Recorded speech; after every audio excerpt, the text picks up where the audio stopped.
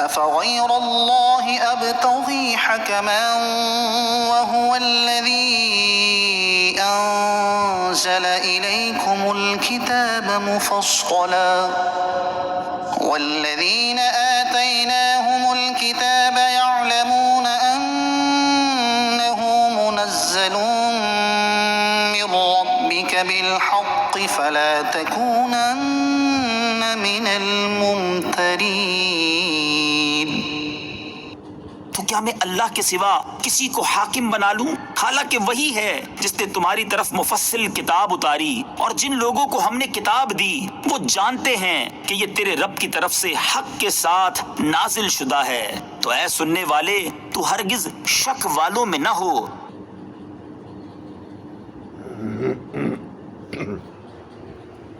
کفار مکہ نے سید عالم صلی اللہ تعالیٰ علیہ وآلہ وسلم سے عرض کیا تھا کہ یہود و نصارہ کے پوپ پادریوں کو ہم اور آپ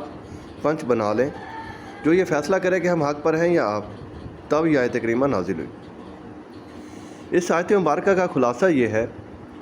کہ اس سے پہلے کفار کے بارے میں بیان ہوا کہ انہوں نے قسمیں کھا کر کہا کہ اگر ان کی مطلوبہ نشانیاں انہیں دکھا دی جائیں تو وہ ایمان لے آئیں گے۔ اس پر انہیں جواب دیا گیا کہ ان نشانیوں کو ظاہر کرنے کا کوئی فائدہ نہیں، کیونکہ اللہ تعالیٰ اگر ان کی مطلوبہ نشانیاں ظاہر کر دے تو بھی وہ لوگ اپنے کفر پر قائم ہی رہیں گے۔ اب اس آیت مبارکہ میں بیان فرمایا جا رہا ہے کہ نبی اکرم صلی اللہ تعالیٰ علیہ وآلہ وسلم کی نبوت پر دلالت کرنے والی نشانیاں تو مکمل طور پر ظاہر ہو چکی ہیں۔ ایک نشانی تو یہ ہے کہ اللہ تعالیٰ نے نبی کریم صلی اللہ تعالیٰ علیہ وآلہ وسلم پر مفصل کتاب اتاری، جس میں امر و نہی، وعدہ و وعید اور حق و باطل کا فیصلہ اور تاجدار رسالت صلی اللہ تعالیٰ علیہ وآلہ وسلم کے صدق کی شہادت اور کفار کے افتراء کا بیان ہے۔ اور دوسری نشانی یہ ہے کہ تورات و انجیل میں رسول اقدس صلی اللہ تعالیٰ علیہ وآلہ وسلم کے رسول برحق ہونے اور قرآن پاک کے اللہ تعالیٰ کی کتاب ہونے پر دلالت کرنے والی نشانیاں موجود ہیں۔ اللہ تعالیٰ نے جنہیں آسمانی کتاب کی سچی سمجھ نصیب کی، جیسے حضرت عبداللہ بن سلام رضی اللہ تعالیٰ عنہ وغیرہ، نیز عام علماء اہل کتاب ان دلائل کی وجہ سے آپ صلی اللہ تعالیٰ علیہ وآلہ وسلم کو حق جانتے ہیں، اگرچہ کسی دنیاوی وجہ سے اس کا اقرار نہ کریں۔ لہذا اے حبیب صلی اللہ تعالیٰ علیہ وآلہ وسلم، تم ان مشرکین سے فرما دو کہ کیا میں اللہ تعالیٰ کے سوا کسی اور کو حاکم و قاضی بنا لوں جو میرے اور تمہارے درمیان فیصلہ کرے؟ حالانکہ اللہ تعالیٰ نے میری نبوت کے حق ہونے کا فیصلہ فرما دیا ہے کہ جب اس نے عاجز کر دینے والی کتاب یعنی قرآن پاک مجھ پر نازل فرما دیا تو میری نبوت کے درست ہونے کا فیصلہ بھی ہو گیا، اور اللہ تعالیٰ کے فیصلے سے بڑھ کر اور کسی کا فیصلہ نہیں۔ لہذا اب میری نبوت کا اقرار کرنا ضروری ہے۔ فَلَا تَكُونَنَّ مِنَ الْمُمْتَرِينَ، تو اے سننے والے، تو ہرگز شک والوں میں نہ ہو۔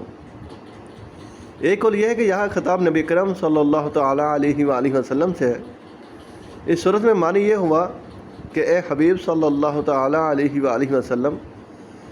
آپ اس بات پر شک کرنے والوں میں نہ ہونا کہ اہل کتاب کے علماء جانتے ہیں کہ یہ قرآن حق ہے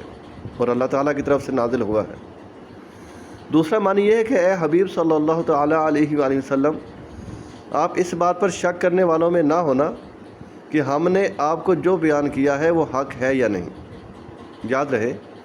کہ اس کا تعلق ان باتوں سے ہے جو کسی کو ابارنے کے لیے کی جاتی ہیں، ورنہ حضور نور صلی اللہ تعالیٰ علیہ وآلہ وسلم تو شک کر ہی نہیں سکتے۔ دوسرا قول یہ ہے کہ بظاہر اگرچہ خطاب سرکار رسالت صلی اللہ تعالیٰ علیہ وآلہ وسلم سے ہے، لیکن مراد ان کا غیر ہے۔ اب معنی یہ ہوا کہ اے قرآن پاک کو سننے والے انسان، تو اس بات میں شک نہ کرنا کہ یہ اللہ تعالیٰ کی طرف سے نازل ہوا ہے،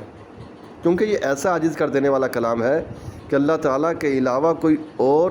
اس جیسا کلام پیش کرنے پر قادر ہی نہیں۔